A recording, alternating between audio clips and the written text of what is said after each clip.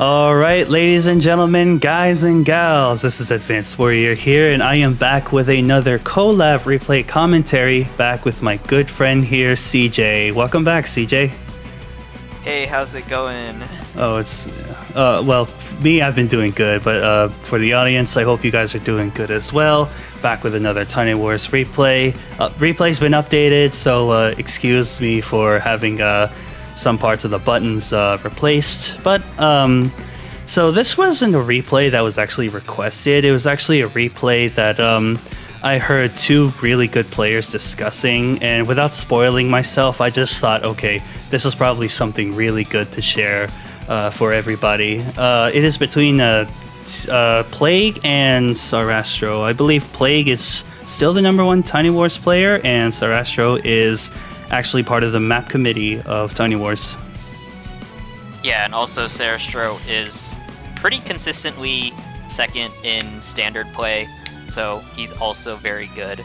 So we have two very top standard players duking it out here on the map Defend from the Invasion. It is a typical two base side against one base side airport with the HQ. They're trying to defend, similar from the other side, and there's a lot of terrain for the two base side. Actually, there's a little choke point that the units are going to have to go through. So they have to go around the C tiles over here, and they'll have to split from either the center or maybe push for more on the sides to gain an advantage. Each side gets a free city. It's kind of open in the middle, and then there's a bit of terrain on the side. What do you think about this map, CJ? How would you play it?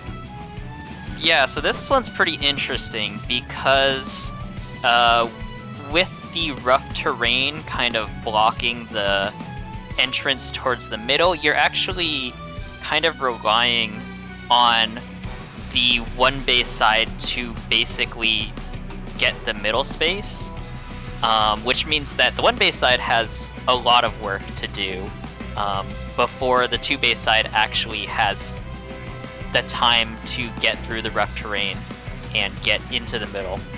So it's a pretty interesting map because the early captures are pretty unclear, but bikes are very good here.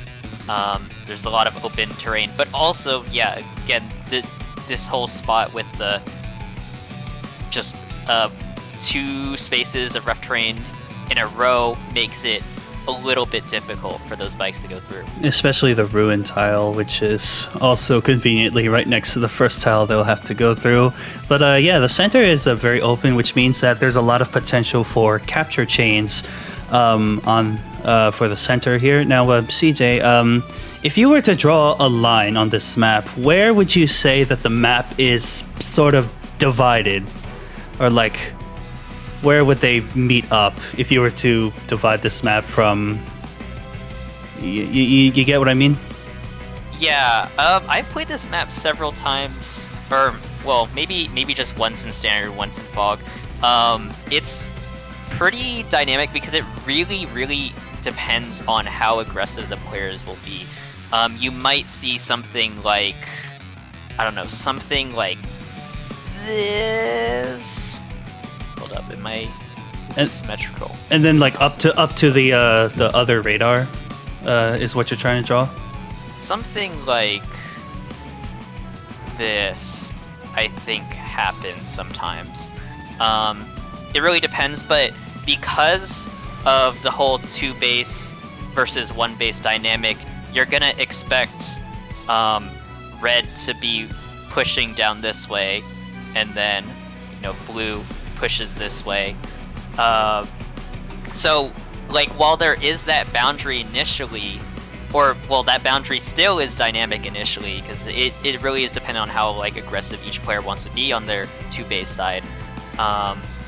It's also just gonna keep moving forward, or actually rather, it's dependent on how aggressive the players want to be on their one base side at the beginning, because red can actually go straight for this radar if they wanted to. In Fog, that matters a lot more.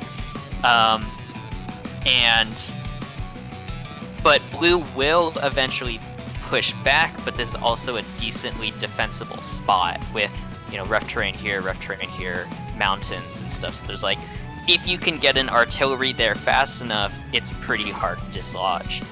Yep, that is. Me and CJ actually played on this map, but we played it on a fog, and I thought it was this map is a bit more interesting in fog, but I guess both standard and fog can play. If you went on TinyWars, I think the default for this map is standard. All right, so now that we've discussed the map, now let's talk about the CO. So player 1 is Plague, and he is red, and he is playing as Penny. Penny has a zone radius of 3, default zone expansion, and Penny is the only CO in TinyWars that has a day-to-day that affects all of her units without being inside the CO zone, and that is that all of her units are unaffected by weather, and she gets the default CO zone just to gain up some energy. Now, for more competitive games, you might wonder like why does this even matter? Well, it's because that Penny's power actually randomly changes the weather, and there are 3 weather types in Days of Ruin. It is sandstorm, snow, and rain. And CJ will be here to discuss the weather for you guys. Yeah, so by far the most desired result for Penny in most circumstances is Sandstorm. Sandstorm reduces damage, or reduces offensive power by 30%, which is actually huge. Like because of the way that damage is calculated in this game, it's better to have a 30% offense reduction on your opponent than it is to have a 30% defense buff on your units. And it also makes your own defense buffs, due to terrain and stuff, more effective as well. So Sandstorm is really strong. And then after that is Rain. Rain can be a little bit more situational. It's quite interesting in Standard because it forces Fog of War, and then the opponent can only see one range on all their units, and their buildings can only see the space that the building is on. So on Standard especially, forcing Fog of War is a little bit more on the unexpected side, and then on top of that, Rain makes it very hard for the enemy to figure out where you are. Something I want to mention real quickly, for Penny, she gets the normal vision that her units would get, and all the weather conditions that she gets, it's lasting for 3 days. And so a video I just watched recently, something about fog. You play fog and Standard very differently, and just one thing that I recently thought of is that you could maybe surprise your opponent with a front shift, because a front shift is a lot more stronger in fog than Standard. So if there's like any play styles that are more effective in fog than in Standard, it could really shake up and change the game for how your opponent will have to respond. Yeah. And also to clarify, when Penny forces Fog of War, her units have the vision as if they were in regular Fog of War. Yes, that's... Then finally, the third weather outcome is Snow, which is generally regarded as the worst. It reduces all units' movement by 1. So, like, a bike by default has 5, now it has 4. A mech has 2, now it has 1. So it's detrimental to mechs, but to tanks, who have 6 movement, 5 movement is not the worst thing in the world, which is why Snow isn't that great. But it can be situationally useful in a huge map, and this is a decently large map, so that also could be useful. But Penny overall is by far the most RNG heavy CO, because that weather effect can kind of make or break your game. Yeah. And it's not too difficult for her to reach it because she has a decent zone radius of 3. Alright, so player 2 is Sarastro on the blue side, and he is playing as the custom CO Hawke. Now, we actually did cover Hawke on our first collab here, but we'll go ahead and bring him up again. He has a zone radius of 2, and the custom zone expansion of 30, 70, and 120, and basically his day-to-day just combines the default CO zone and his day-to-days from the other Advance Wars games, plus 20% offense and 10% defense. So it's honestly a nice little boost to Hawke to actually try to build up his slightly more expensive CO powers. Yeah. Alright, and I believe he's the only one with both a power and a CO power in the TinyWars roster. His first power is basically Black Wave. Black Wave gives all enemies minus 1 HP. All his own units gain plus 1 HP. And they also add that all of his units gain plus 20% offense and plus 10% defense. And his superpower, Black Storm, does the same thing for all of his units, but it gives plus 2 HP instead, and all enemies will lose 2 HP instead. Now, this is a very slow, but the power is really satisfying to pull off, and it can actually start to swing games in Hawke's favor. Yeah. What do you feel about Hawke, CJ? You play a lot of him? I have not played Hawke very much. I think I played him maybe once or twice, and I did enjoy those games. I think I played Hawke against Miro once, which is another custom CO that has a minus 1 HP CO power, so Hawke is kind of the hard counter to that. Yeah, global damage. If you can get your CO power at the same time. So that's a little bit funny. Yeah, Mira though, she just has a really large CO zone and a cheaper power cost. But I haven't seen any games of those myself. But yeah, those are the 2 COs that that they picked. What CO would you have gone for, CJ, on this map? I mean, it kind of depends on the bans, to be honest, right? Because I mean, like, you could easily say, oh, Isabel or Brenner, but they're just because they're busted. Okay, how do you feel about the CO options between our players then? I mean, I don't usually like playing Penny too much. And I don't pick Hawke very much either, so like, they wouldn't have been my first choices just because of the way that I've played. But I mean, I feel like I would expect to see someone like Will on here. Will, you know, with the plus 2 movement on his Super CO would be kind of nice here with already open terrain. But yeah, so that's who I would maybe expect to see in a kind of normal mid-tier-ish matchup. Alright. Okay, so without further ado, let us begin the replay. So, Plague is, as I said, our player 1, builds bikes on both sides of his map. Hawke finally has his theme in this game. Wonderful. Sarastro gets the free bike and continues to build bikes as well. Yeah, that little choke on each corner of the map is, you're definitely going to value the mobility just to get out of there. And Plague goes for the airport on the top right away. Nothing too far. Oh, we're seeing some deviation here. We're actually seeing a Plague go for his airport instead. But down here we're seeing Sarastro going for the city instead. Now, I do believe that each way does have their own capture chain. Right, like this bike could go for this city here, and this bike could go for this city here. So interesting to see a little split here.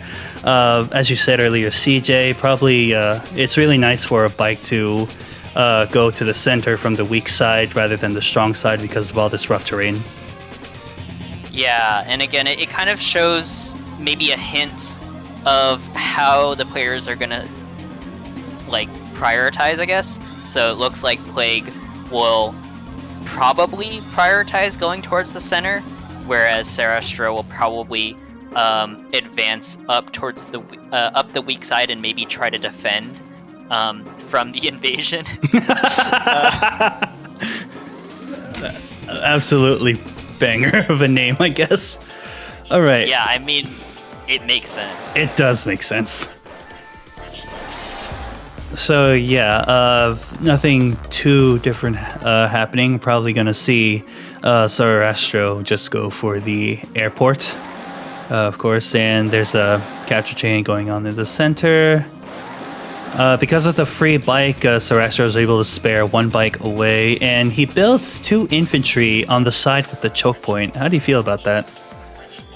I think it makes sense. I mean, because of the choke being heavy terrain, infantry will go through it just fine, but bikes will get the penalty. And so there's actually a specific spot, right, where... Click it again, yeah. Pause this, right? Like since Sarastro is on the city, right, the bike has 5 movements, so 1, 2, 3, 4, 5. So it'll end up here. This is where you actually want to end up when you're using a bike to go through here, right? Because if you didn't do that, say if you were on this space, right? If you started your turn on here, then you only go 1 space and you can't move anymore because you just used 3 move and you only have 5. You need 3 to go through these other, either of these pieces, pieces of land. So it's best to, use this bike that's on the city or any bikes that end up like closer, like maybe over here, to move in this direction. But if you started from here, then going in this direction is not ideal. So that also means that whatever bikes are produced from this factory can go onto here, onto here, and then onto here if you want to, or they can just go up. Yeah, so definitely 2 options for Sarastro. Would he want to bring any bikes towards the rough terrain, maybe try to assist the middle as well, or will he just rely on a single bike to capture these 3 properties in the middle? All right. So let's see what he does, and he sends both of his bikes up towards the top. Starting to see a little the gap closing on the left side here, and this time he builds all bikes. Oh, so both players actually built infantry, what looks like on the same turn. Yeah, that makes sense. Right. So when it comes to building infantry and building recon, okay. I was just about to ask when we're going to start seeing some different vehicles, and looks like Plague has the recon on his weak side. Makes a lot of sense because right now he just sees bikes, and it's not going to attack them anytime soon, but just the presence of the recon will definitely keep those bikes at bay. And we see an anti-air on the strong side of Sarastro here, and there are no airports in sight, but looking at this, anti-airs do kind of do the same job of a recon, maybe with less move, but they still can harass bikes, and it actually does halt Plague from building a battlecopter and pushing it forward. Yeah, he is building it on the airport side, and also if the recon decides to go straight down, then the AA wins against it. But I would expect Plague's recon to go to the right just because there is all roads here. And, moving in this direction, you have a ton of control over the center if you bring the recon in there. So it makes sense, and the AA will kind of, I guess, preempt, Sarastro's AA will kind of preempt a battlecopter, but Plague is not forced to do that on this turn. Yeah, it's a very, very early anti-air, but would kind of do the same job as Recon. A bit surprised to not see a tank, because tanks and anti-airs are actually the same cost in this game.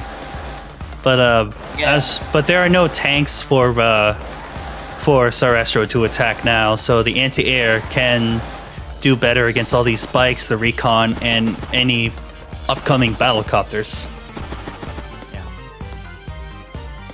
Alright, and now we see the tank from Plague on his weak side, and the artillery on the on his strong side.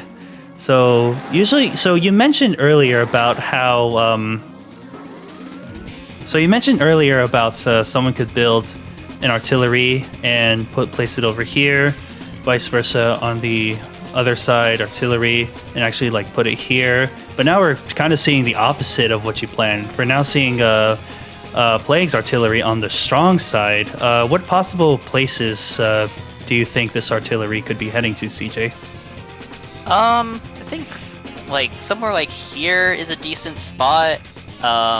Usually having the artillery is going to allow you to make a slow push, but an inevitable push. But it also plays differently from Fog. Like, if you were to play Fog, then I would be more inclined to see Blue make the artillery on this side instead. So, like, artillery for Red here is not that bad either. It kind of makes sense. Yep. And the difference with both artillery in Standard and Fog. Artillery are better for zoning because your opponent can't see it, but they will not want to be on the spots where it can shoot. As for Fog, you keep them hidden, then you can actually get off the attacks. And properties in Days of Ruin act as hidden tiles, so they have to reveal it in order to attack it. So if it sits on a property, it'll be hard to reveal. Plague here, we see him interrupt the cap, and he is sending in his CO zone in a tank and going for the... Whoa! Going on his weak side, but now on the middle, we just saw Plague interrupt the middle capture of Sarastro, and he does forego his capture, but he has plenty of opportunity to get his own middle properties because the Recon is covering it, and he's got upcoming bikes and infantry. Yeah, and Plague is also base blocked, I guess, himself in using the artillery to fire upon and basically completely interrupt the cap. Oh, I didn't see that. Whoa, that is... I don't see a lot of that usually. But wow, that is an interesting move for Plague here. I don't know if... Sarastro probably didn't see that coming, honestly. You'd be like, okay, the artillery's built, he's gonna have to move it, like slog it through the little choke point, but it's actually done to like completely stop a cap here. So we're seeing Plague doing... So let's see here. He's interrupted the cap... I'm sorry. So he's... Oh, shit. What was it? Control 2? Control 2, okay. Yeah, Control 2. Sorry. So he's interrupted this cap. He's interrupted this one. Had to forego this, but he has both a bike and an infantry that can capture this next turn, assuming this infantry moves forward. And he's completely stopped this capture here, but at the cost of being able to produce another unit. So considering both of these interrupts here and stopping this one completely, would you say it's worth it for Plague here? Because he got 2 interrupts. I don't know if I would have been this aggressive, but also Plague is just generally a more aggressive player. So I don't hate those ideas. And also the base blocking, using the artillery is actually a pretty good play because he didn't have a lot of income anyways. He wanted a tank here. And then, he only had enough money for another infantry anyways. So, like, base skipping wasn't too big of a deal there. Yeah. Alright. So, Sarastro has the same thing in mind. His CO unit on his weak side. And here he's punishing Plague for attacking the middle bike. But what he's done is what Plague has succeeded from this was delayed him by an extra 1,000, and his top city is going to be fine because it will follow it up. Wow, and also, Sarastro has basically completely, where's my mouse? Backed up from this property because he doesn't want to be feeding zone or feeding energy to Plague. So Plague's CO is actually really effective here. Yeah, it's not huge like Forsyth, but it's a big CO zone despite having the minimum CO zone boosts.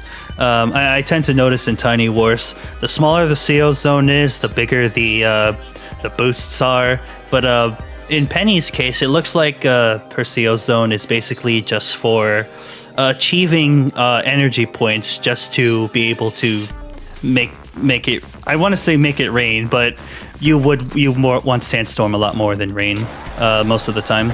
The other two are very situational.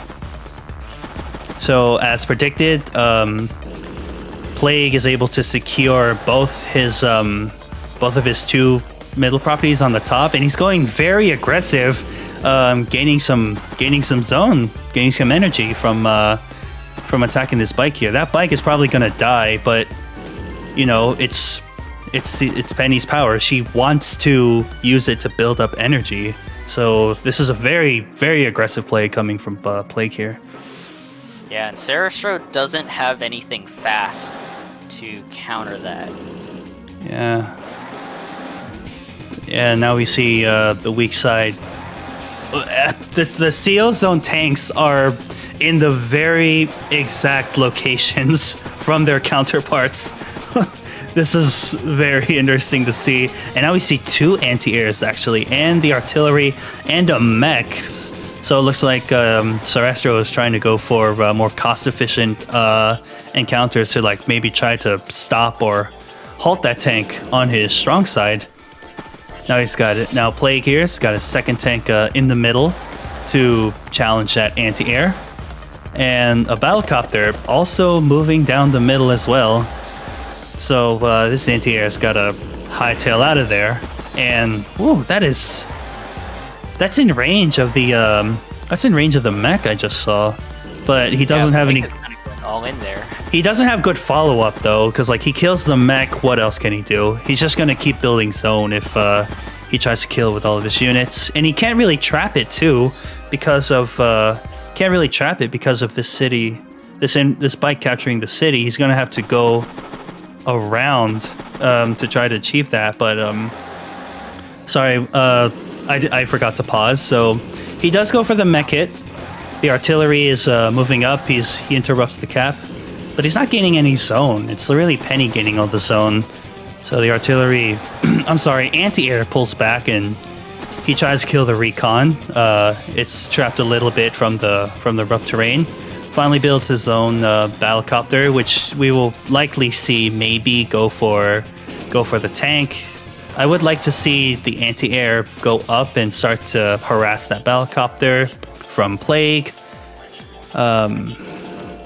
So again, the artillery is just sticking there. Although he's not gonna interrupt it.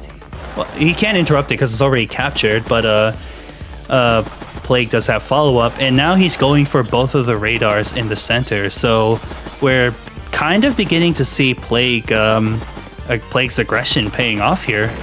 Yeah, you see he goes for the interrupt here, and the artillery to prevent anyone from interrupting the cap. Oh, hold on. Pause it here. Pause it. He now has his artillery covering both of Sarastro's properties. Oh my goodness, I did not see that coming. Fantastic plays coming from Plague here. Yeah, this is... Yeah, no, his artillery play, I mean, his overall play is just always so good, and this is a perfect demonstration of it. It's aggressive, but it's working.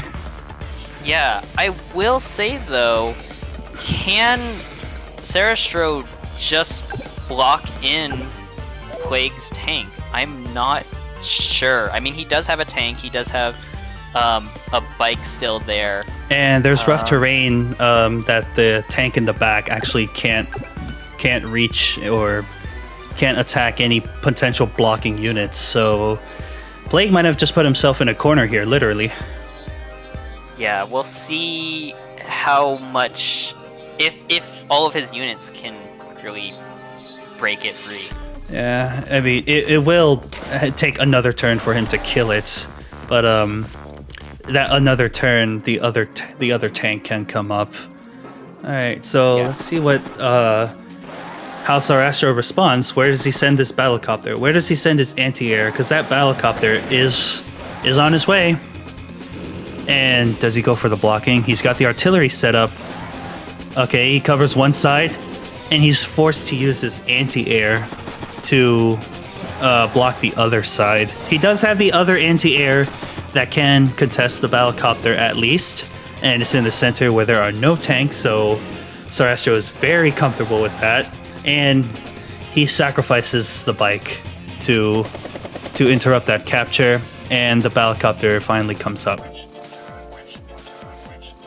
Yeah, and so Plague right now has, even though he is highly likely to lose his CO tank, he actually has really good compensation, and Sarastro has not been able to build up a lot of CO energy yet.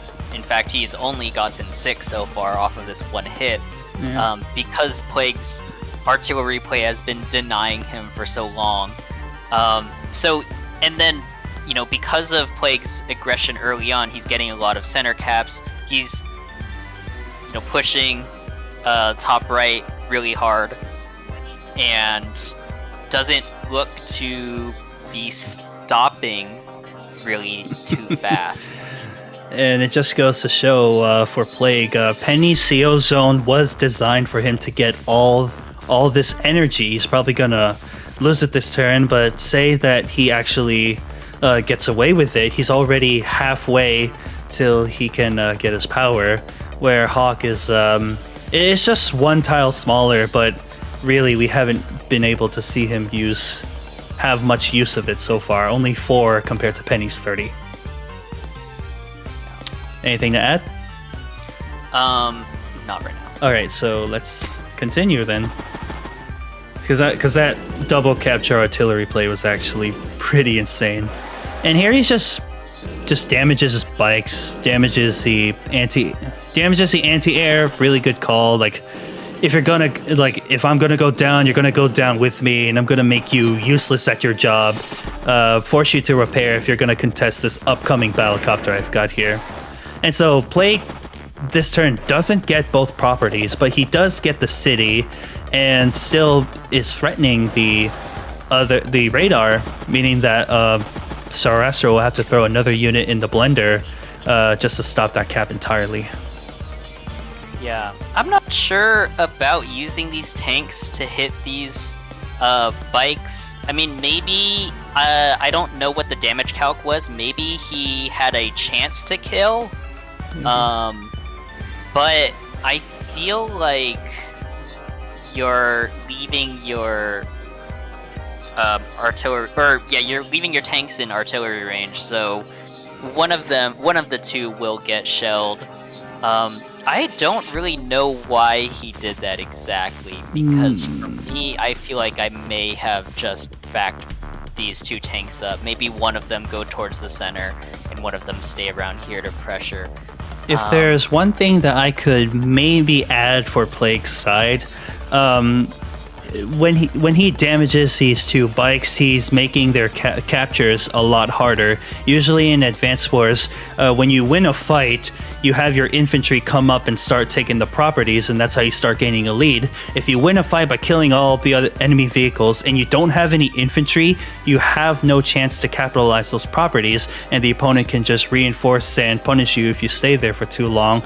But another thing, maybe he thought he would have killed, but remember, Penny's zone, which is a default CO zone, gives plus 10 10% defense, it might have come into play for these bikes surviving, but as I've learned recently, defense works differently in Days of Ruin.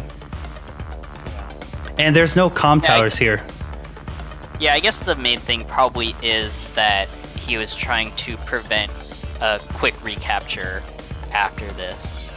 But will it be worth it? We'll have to see. Absolutely.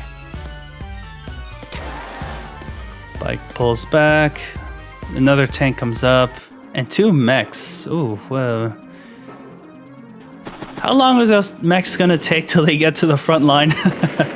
Alright. It's gonna be a while. Okay. So Sarastro does the right thing, killing Penny's tank first to negate any of the bonuses that they have. And now he's... Whoa. That's, What's... Oh, okay, I see now. The anti-air is protecting that battlecopter, and the artillery can only target the infantry behind that battlecopter. Did he just sack a bike? He might have. Okay. I was just so focused on the Sarastro's weak side here. The anti-air is covering that battlecopter. Yeah, but also, if that battlecopter hits on the right side, there's still the artillery too. Oh my god, this... I'm sorry, were you saying something? I was saying that on the right side, even if Sarastro, basically, you would expect Plague hits with his battlecopter, then Sarastro hits with his AA, and then Plague hits with his arty. Yeah. So, I don't know if that's a good trade or not. I guess Sarastro will be getting energy from that, so it is a little bit more positive for him. But also, there's this right side. Let's talk about this. I said it earlier. I'll say it again. Penny's CO zone is best used if you're trying to gain energy, and this is exactly what he did. The battlecopter has the mobility to reach the front line here, and it's not threatened by artillery. Might be threatened by this anti-air, but this anti-air is going to have to go through a lot to even reach that battlecopter. So Plague is really playing around the I'm using this CO zone to get energy.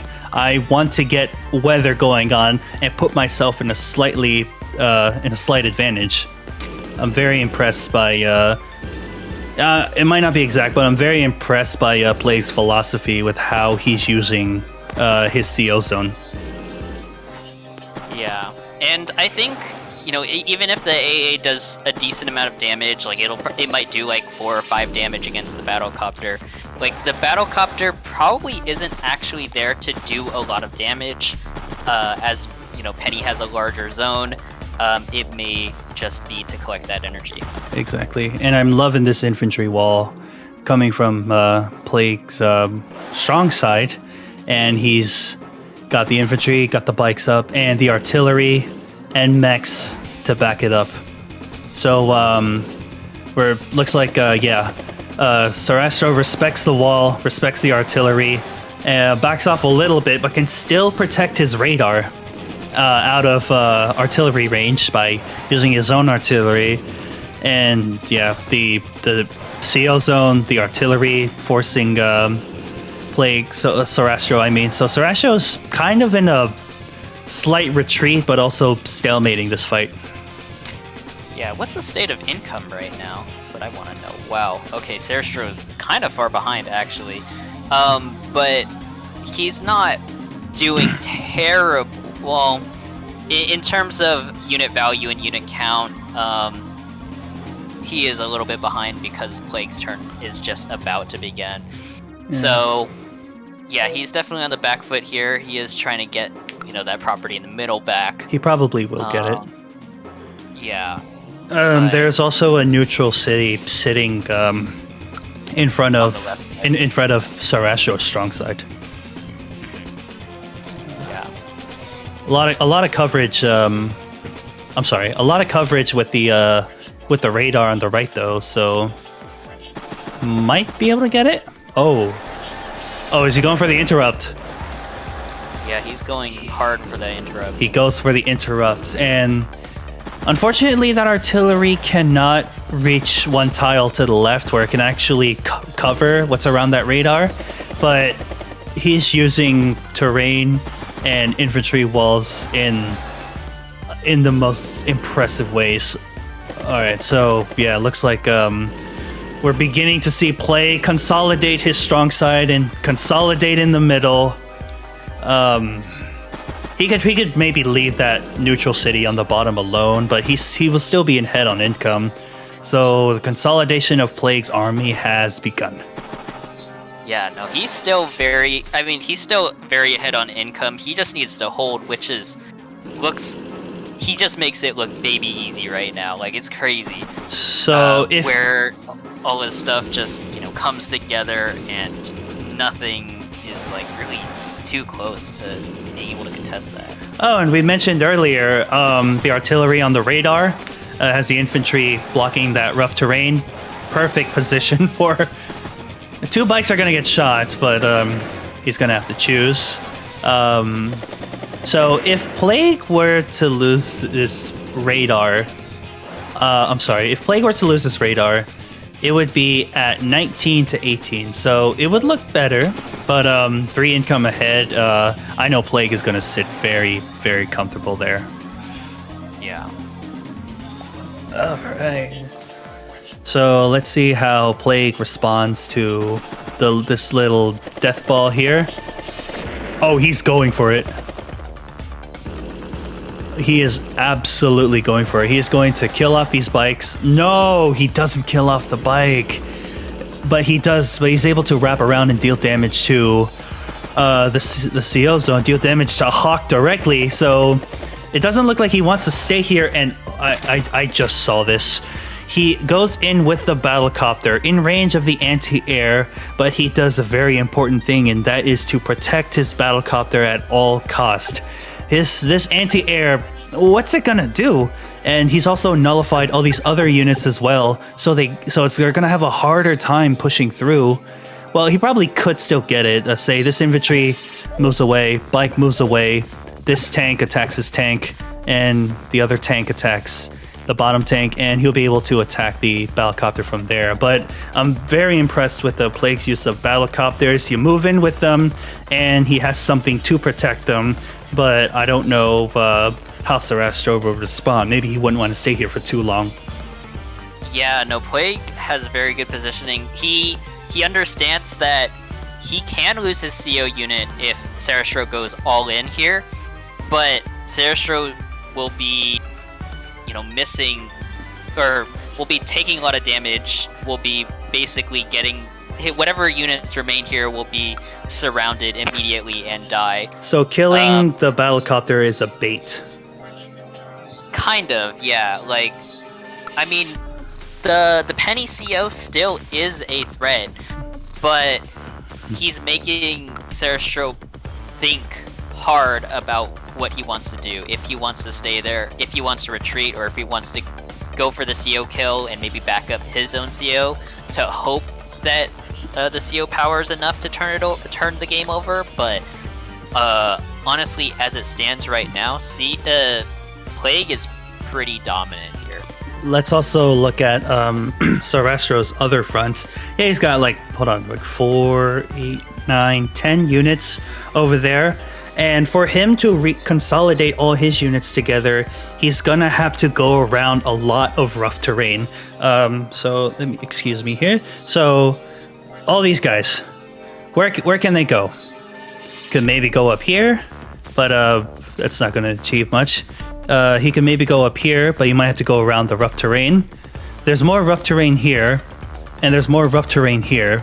So Plague also sees that sarastro cannot bring his units together because all the rough terrain here is usually favoring the weak side. The weak side is so open for all the units to like move around. The strong side here, like I said, this spot, and this winding spot here, it's just so much for that to go through. It's gonna be too late if he is going to try to pull his units towards the center to assist. Yeah, the only thing Sarastro can do right now is just push really as hard as he can on the left side.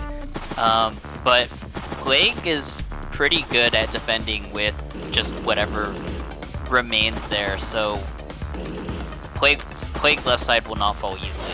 Absolutely.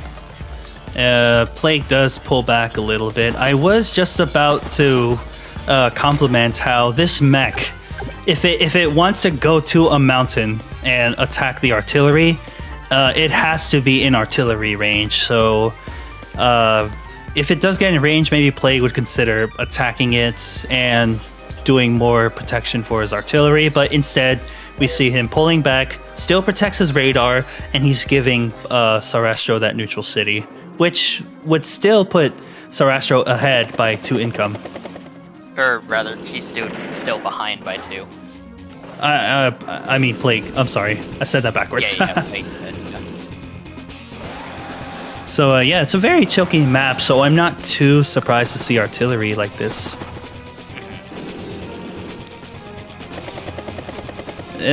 Kind of brings back the question. Oh, he was able to pull off the black wave. Yeah, so he uses steel power there to heal all his units 1 and deal 1 damage to all of Plague's. Which, I mean, when else are you going to use that? It expands his CO zone. They all have plus 20% attack. They all have plus 10% defense. They're all healed up a bit, and all of Plague's units are damaged by 1. It is going to make capturing... It will make his units capture for 3 turns. If Plague wants to start capturing the properties on the left here. So I would say a very nice use of the Black Wave. Not as impressive as Black Storm, but the Black Wave is achieving several things here. Yeah, and it looks like Plague's CO is moving to the left side to go harvest some more energy there. He's 11 away. Yeah, he's not far from it. I think he's just trying to keep, as much space as he can on the left side while he pushes as hard as he can on the right.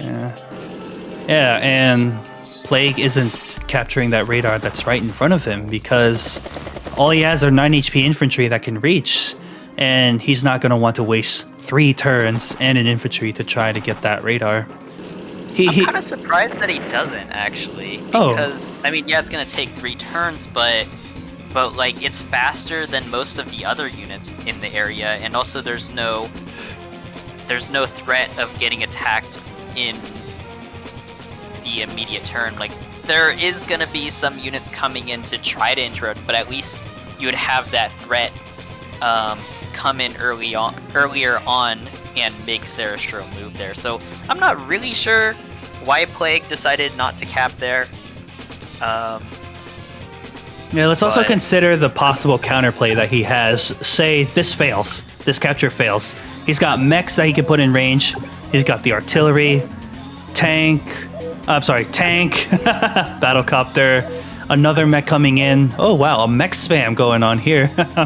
Yeah, he's got just so much counterplay if he's gonna try to capture this radar. And even if it gets damaged, he has 2 more infantry that he could, actually looks like just 1. He has 1 infantry he could put in to do the joint cap, and all the units that damage that infantry are going to get punished. Yeah, so I don't know exactly why he didn't do that, but I guess it's fine. One little mistake like that won't really hurt, or one little inaccuracy, I guess. Yeah, one little inaccuracy, but for the most part, it does look like Plague is kind of in control. He has both of the radars, which do give income. He's covering his one of his radars with the artillery. The other radar is closer to Penny herself in that battlecopter. So the Plague could probably just sit comfortably, and then until the income deficit shows up. And I failed to mention this, we have our first medium tank coming from Plague on his 1 base side. Yeah, but I mean, you do have to note that medium tanks in this game are kind of a little bit less impactful than in the previous Advance Wars games. I would consider more balanced. They cost 4,000 less, but they do have more movement. They are less durable, from my experience. They have the same movement as in the previous games with 5, but yeah, my bad. They're tankier than regular tanks, and they generally can 1v2 tanks, kind of. A regular tank wouldn't want to first strike a medium tank in either game, Advance Wars or Days of Ruin. Yeah. And he still doesn't go for the capture. He goes for the join. Looks like to build up income, to build an artillery. Yeah, which, is always an option. Always an option. To kind of catch your opponent off guard a little bit. I almost want to see Gauge on this map now. Yeah, it could work. Seeing this match also adds up to the question I asked you earlier. Gauge has potential on this map because of all the rough terrain. It looks open, but the rough terrain makes it look very choky, and it's very choky, especially for the 2-base side. So Hawke, 2 more damage. Hawke is able to pull off another black wave, but looks like he's just gonna. Actually 12. Oh, 12. Oh, it's 50. Yeah. I'm sorry. I thought it was 40. I'm thinking of Mira. Dang it. He's 12 away, but it looks like he's just banking on, okay, next turn, maybe I could build it up, possibly pop another Black Wave. And then he'll kind of do what Black Storm does, but just not consecutively. Just in 2 goes, it'll act like a Black Storm. Yeah, it's still very annoying. Okay, so we're seeing a build up here from Sarastro, putting some units on the city side, putting a lot of his mechs back here, and we see the rocket here coming from Sarastro, and I kind of like this. Maybe the rocket on the right base, unless he wanted the bike to be out further. But there's nothing but just roads and properties, so this rocket's movement actually isn't so terrible. It has 5 movements, and the roads and the properties are going to complement that rocket and can actually get it somewhere decent. Yeah, it looks like Sarastro on the left side wants a really reliable push, so he's investing in that. Ooh, that tank survived. Alright, so all this combat happening here, but sadly for Plague, Penny herself is not on that side to collect energy. He's 11 away from getting her power, and Penny, she is kind of random, but it's a 33% chance to get Sandstorm. Fog might be the second best. Snow, maybe not so much, unless it would want Sarastro to try to shift to a different front, then maybe Snow, but generally it's Sandstorm, Rain, Snow, best to worst from Penny's weathers. Yeah, I don't think Snow would be the greatest here because most of the units are kind of settled in their places now. But Plague has left that radar a little undefended for a little too long, so maybe this might be an opportunity for Sarastro to actually finally even out the income. Either that, or he'll end up baiting Plague's CO and get value in that way. His only option is to sacrifice the battlecopter. It's going to be really hard to defend that battlecopter if it attacks from the sea tile. Alright, so we're seeing a bit more consolidation from Sarastro's 2-base side here. What is that, 4 artilleries? A lot of mechs, a rocket's on the way. It's probably going to be scooting Plague back a little bit because it's the typical 1-base, 2-base side, and wow, I love this battlecopter. It's able to move all the way back here, and it's just enough for Plague to get a pot shot with this artillery. Now he just needs 2 more damage, and he also needs this Battlecopter to survive, because if you lose that Battlecopter, you lose all the energy. Yeah, but I think Plague, you know, his zone is pretty large, so he probably will be able to get the CO power within the next turn. Yeah, the only way to prevent that is to, it's gonna want to pull off that radar, but the equal income is probably a lot more valuable for Sarastro, and he might be willing to take a penny weather power, and we see a rocket from Plague as well. Yeah, that's a really interesting point. Basically, by positioning his CO here and the artillery here, Plague is basically issuing an ultimatum of you either get that and roll the dice with me, or you back up now. You back up now, give me the income advantage. Yeah, but I think Sarastro kind of just has to go for that because Penny's zone is too big at this point to really prevent for very long. Absolutely. The zone will go back to its default after you use up the energy.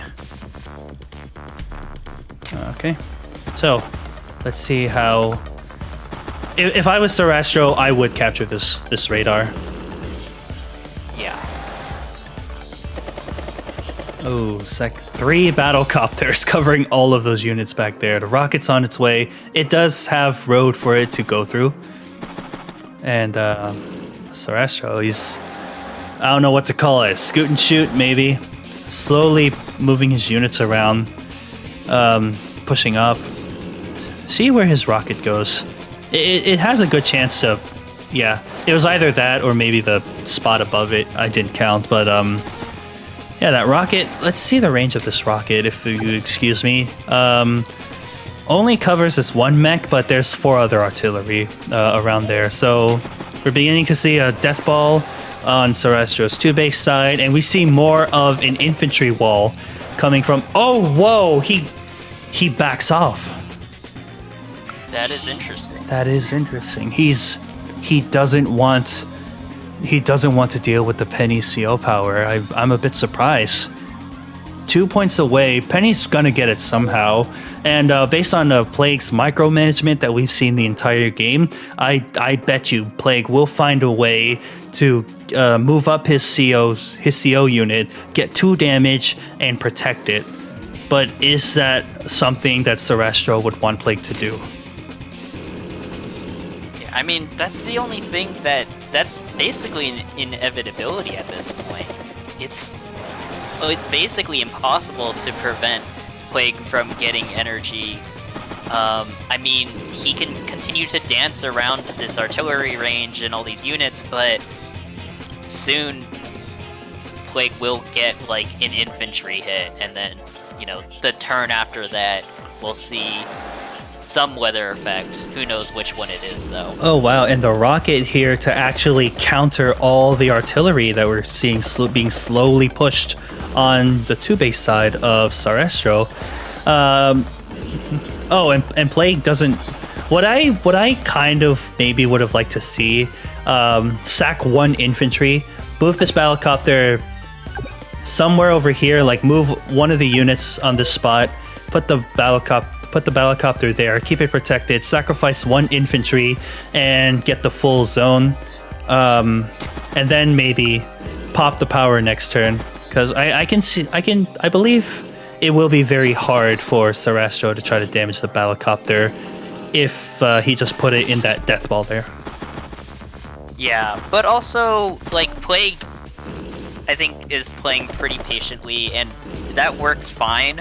I think he'll just continue to push very slowly in the middle and on the right side. He'll keep his left side defended, and as long as he keeps pushing just a little bit at a time, Sarastro will have to answer him, and will have to give him that CO power. I'm just imagining the psychological effect that the CO zone has on Sarastro.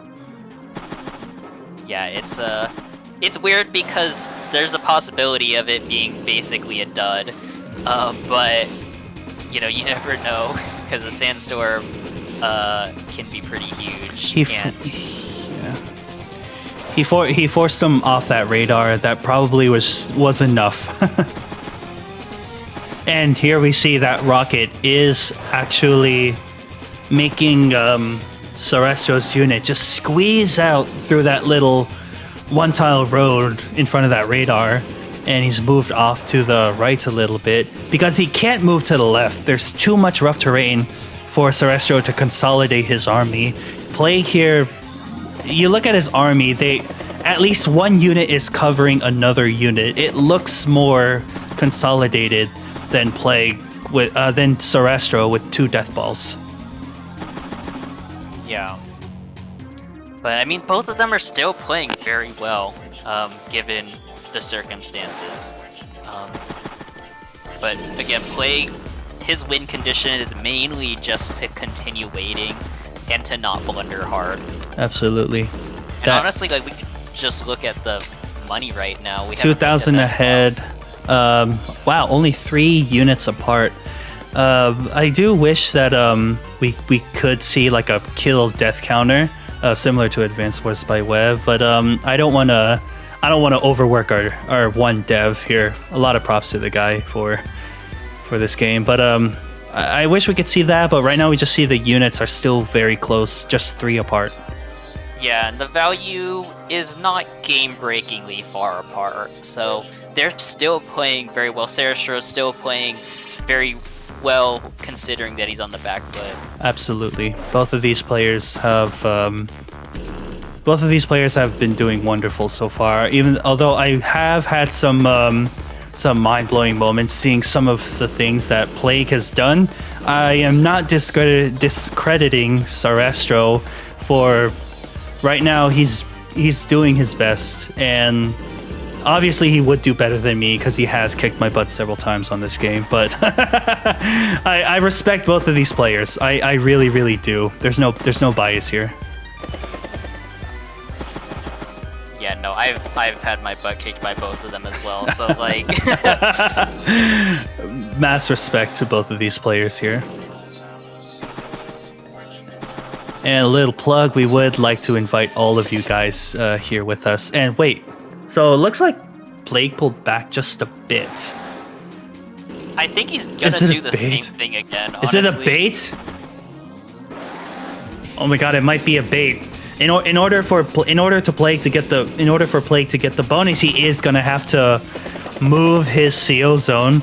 You use up your CO unit's turn when you pop your power, but Plague might be able to do that, but as you said, Plague is very, very patient. And looking at it now, he's pulled back a little bit, but now we're seeing a little bit of consolidation on Plague's one base side. His saving grace right now is this road. His saving grace right now is this property road area here, where he doesn't have to go through the rough terrain to try to consolidate them. Plague has an easier time bringing all of his units closer together, where, as I have said earlier, Sarastro has rough terrain that he's gonna need to go through if he wants to consolidate his army. Yeah, he can't bring his left side into the center, but in the same way, kind of, Plague cannot bring his right side into the center. Mm-hmm. Yep. But he has a lot of defenses on that side. Both of these players have really good defenses. Yeah. If one side is gonna go all in, it is over for them. Yeah, but I feel like Plague is gonna do the exact same thing he did earlier. Oh, he's not. Oh, he's not. Oh, he uses the battle copter. That is. Okay. He is taking advantage of Penny's massive CO zone. But as we did. Go ahead. I just want to see the fuel on this. 35 fuel. So, as you said earlier, it is inevitable.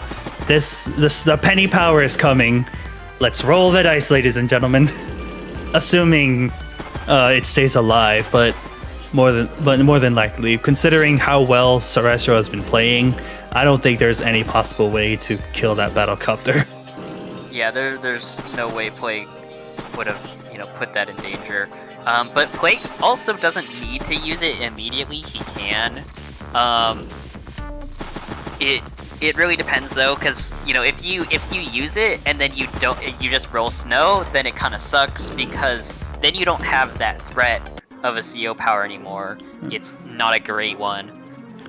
He gave him the radar. He didn't he didn't interrupt that cap for a turn, but I guess he didn't need to. Second black wave has come up.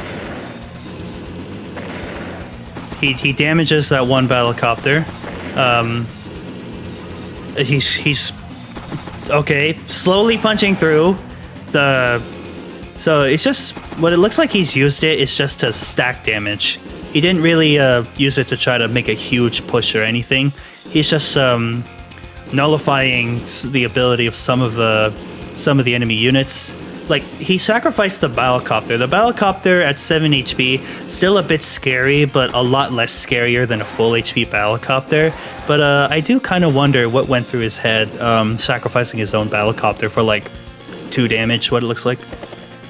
Yeah, I mean, I guess he wasn't gonna be able to get too much out of it. Like, oh, maybe he'll get another black wave later and heal it up to 3. He's definitely not gonna bring it back to his airport to heal. So yeah, just sacking it there is fine. I'm sorry to scream that, but anti-tank, one of my favorite units in this game. I love the anti-tank so much. I don't really know how useful that will be here. There's a lot of mechs. There's a lot of other indirects. Anti-tank, I'm not sure what it's gonna add, really. Yeah, it's also has the same range as the artillery, with the added bonus that he can attack at 1 range. So I believe it moves a bit slower than an artillery. 4 movement for an anti-tank. 5 movement. It's also what 4 movement on tire A or something. Tire A. Which sucks. Artillery is tire B with 5 move. Wait, artillery is tire B? I thought it was treads. Well. Wait, what? It has one more move. It has one more movement than the anti-tank, but they have tire B. Oh, sounds like you discovered something here. Wait, what? Dude, I am so confused. Huh? Oh well, they're being used. They're working. Anti-tank, I was gonna say, if he wants it to be effective, he is gonna have to replace one of these artillery, maybe to do basically the same job, maybe a bit more damage. Sandstorm! Oh, there he got the sandstorm. Yeah. Oh my god, he got the sandstorm. Oh. Plague has the blessing of Darude. It's over for Sarastro. Plague has Plague has basically the best power he could ask, the best weather he could ask for, and he is going in right now. Damages the artillery with the rocket. I didn't think we'd see the rockets attack anything. That's what it looks like. Oh my god. And Sarastro is going to have a harder time punishing this because of the sandstorm and the bomber coming from Plague on his 1 base side. He's pushing on his 1 base side, holding back on his 2 base side, but the bomber is going to come in to assist. And those 2 anti-airs, they got to do something. Oh, he's got a 3rd one in the middle, but how is Sarastro going to play around this? And he's going to get this for 3 days.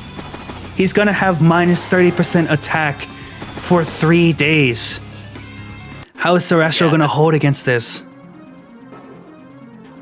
Yeah, I don't know. I mean, he has a ton of indirects, but at this point there are so many units, and they generally do not die. Remember, you said all those indirects, but it's gonna last for 3 days. Those indirects are staying there if he is to attack, and he is. Oh my god, these trades are looking so awful for Sarastro right now. I mean, Sandstorm is pretty disgusting. If he wants to hold it off, he's gonna have to hold it off for more than 3 days, for more than a day. 3 days, must I remind you? Yeah, I mean that was only 1 turn, and Plague did not lose. Duster! The Duster to counter that bomber. Is the also that bomber's coming in. Oh yeah, is that Duster going to save save Sarastro? Don't count him out, ladies and gentlemen. Don't count him out, ladies and gentlemen. Yeah, Sarastro has not exactly lost all hope yet. Oh wait, Plague. Sarastro base skipped too. Oh yeah, he base skipped one. Units are even though, and he is ahead, but this is the beginning of Plague's turn. Yeah, so Plague is gonna deal a lot of damage. The unit value is the unit numbers are going to change, and yeah, Plague has broken through, ladies and gentlemen. How will he capitalize? He refuels. He does not have to be afraid of a lot of these units anymore. He refuels and repairs the battlecopter with the join. So I was a little concerned about that, but I was glad to see that. Ooh, that tank was right in range of that bomber, and he doesn't have anti-air to cover it. And the anti-air can't do a lot anyways because of the sandstorm. Yeah, and Plague has the potential, has already gotten more than halfway to his next power, so... Oh my god, you're right. This is basically... 6 turns of weather. Yeah, this is basically GG for Sarastro. I don't know if he can really do anything anymore, because he's going to get pushed hard on that left side, which is ironic, because that's supposed to be defending. One more side. One more turn. One more turn. No, that was the breaking point. Sarastro has conceded the sandstorm. Ladies and gentlemen, Plague has won this match with Penny. I would say this is probably Penny's best. Like the sandstorm, you said it earlier, it is absolutely disgusting. Yeah, this was very, very good Penny play. Honestly, if there's... I think this is a very exemplary game, I guess. If you want to learn what Penny's potential is, it's this game. Because there was a lot that Plague did here. I mean, he sacked his CO unit in the mid game, but he got so much from that. His early aggression was rewarded, and he just constantly had threats, and I wonder how the game would have played if he got snow. Oh, that would. I'm not really sure, but I don't think Plague would have been able to push this hard if he had rolled snow. I don't know if he really would have done anything actually if he rolled snow. Yeah. But yeah, this was a really good game. Absolutely great display from both players. Again, no bias. Both players did absolutely amazing. Plague was very aggressive in the early game, but then we saw the very interesting builds, such as the very early anti-air, which can do what a recon can do, interrupt infantry caps, but it's standard, and both players know they are going to have to cover all of their units here. And then Plague started amassing units towards the center, and his CO zone on a battlecopter.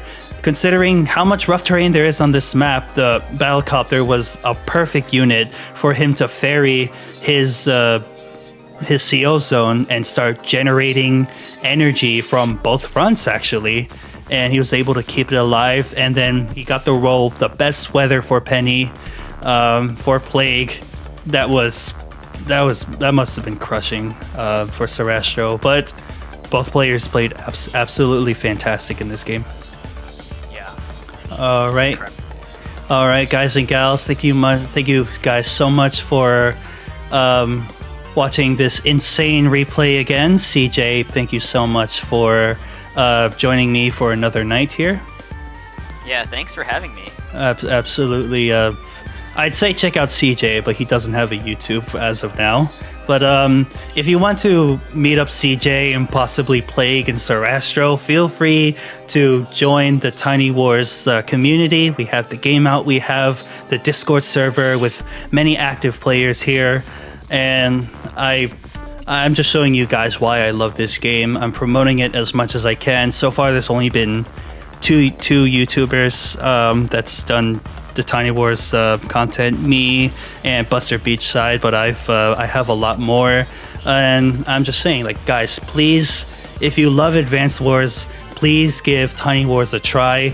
The player base is small, but with you guys joining in, we know that the player base will be something for everyone to appreciate.